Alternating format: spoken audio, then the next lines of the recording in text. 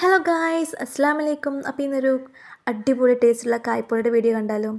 അതിന് വേണ്ടിയിട്ട് 250 ഗ്രാം ചിക്കനിലേക്ക് 1/4 ടീസ്പൂൺ മഞ്ഞൾപ്പൊടി, 1/2 ടീസ്പൂൺ മുളകും പൊടി, 1 ടീസ്പൂൺ ഇഞ്ചിയും വെളുത്തുള്ളി paste, 1 teaspoon soya sauce, 1 teaspoon തൈര്, പിന്നെ കുറച്ച് കറി ലീഫും കൂടി ഇട്ട് മിക്സ് ചെയ്യാം.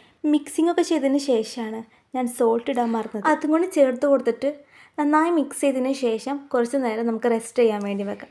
അതിന് ശേഷം നമുക്ക് പാൻ അടുപ്പത്ത് വെച്ചിട്ട് നമ്മുടെ ചിക്കൻ ഒന്ന് പൊരിച്ചെടുക്കാം.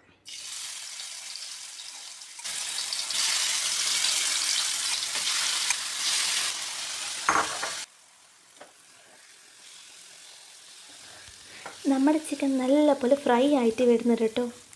നമ്മൾ ഫ്രൈ ആയ ചിക്കൻ വേറൊരു ബൗളിലോട്ട് മാറ്റിയതിന് ശേഷം ആ ഒരു പാനിൽ തന്നെ നമുക്ക് നമ്മുടെ മീഡിയം സൈസിലുള്ള സബോള ഒന്ന് ഗോൾഡൻ കളറായതിന് ശേഷം കുറച്ച് പച്ചമുളകിട്ടിട്ട് മിക്സ് ചെയ്യാം. അതിന് ശേഷം മഞ്ഞൾപ്പൊടി, കുരുമുളക് പൊടി, മുളകും പൊടി, മല്ലിപ്പൊടി, പിന്നെ കുറച്ച് ഗരം മസാലയും കൂടി ഇട്ടിട്ട് നന്നായിട്ട് മിക്സ് ചെയ്യാം. മിക്സ് ചെയ്ത് അതിൻ്റെ പച്ചമണം മാറുന്നത് വരെ മിക്സ് ചെയ്യാം. എന്നിട്ട് കുറച്ച് കറി ലീഫും കൂടി ഇട്ടിട്ട് നന്നായി മിക്സ് ചെയ്തതിന് ശേഷം നമ്മൾ നേരത്തെ മുരിപ്പിച്ച് വെച്ച ചിക്കനും കൂടി ഇട്ടിട്ട് നന്നായി മിക്സ് ചെയ്യാം. അങ്ങനെ നമുക്ക് ഈ ഒരു മസാല മാറ്റി വെക്കാം. അതിന് ശേഷം ഒരു മിക്സി എടുത്തിട്ട് 1/2 കപ്പ് മൈദ, പിന്നെ ഒരു കോഴിമുട്ട, കുറച്ച് കുരുമുളക് പൊടി, പിന്നെ ഒരു 1/2 കപ്പ് പാലും കൂടി വെച്ചിട്ട് നന്നായിട്ട് തന്നെ മിക്സിയിലിട്ടിട്ട് കറക്കിയെടുക്കാം.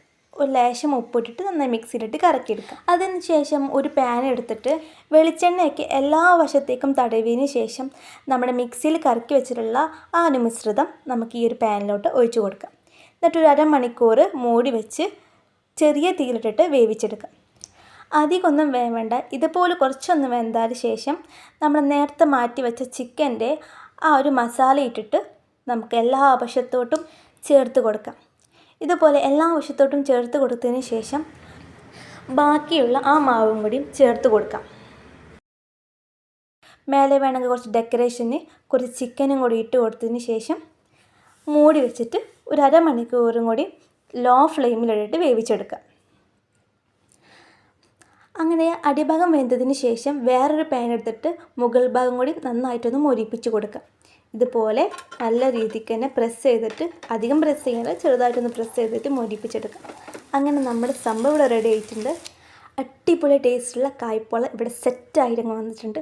ഇത് ടേസ്റ്റ് ചെയ്തേക്ക് മക്കൾ, സൂപ്പർ ടേസ്റ്റാണ്. അപ്പോൾ നിങ്ങളെല്ലാം ട്രൈ ചെയ്ത് നോക്കാം. അപ്പോൾ tata bye bye, see U.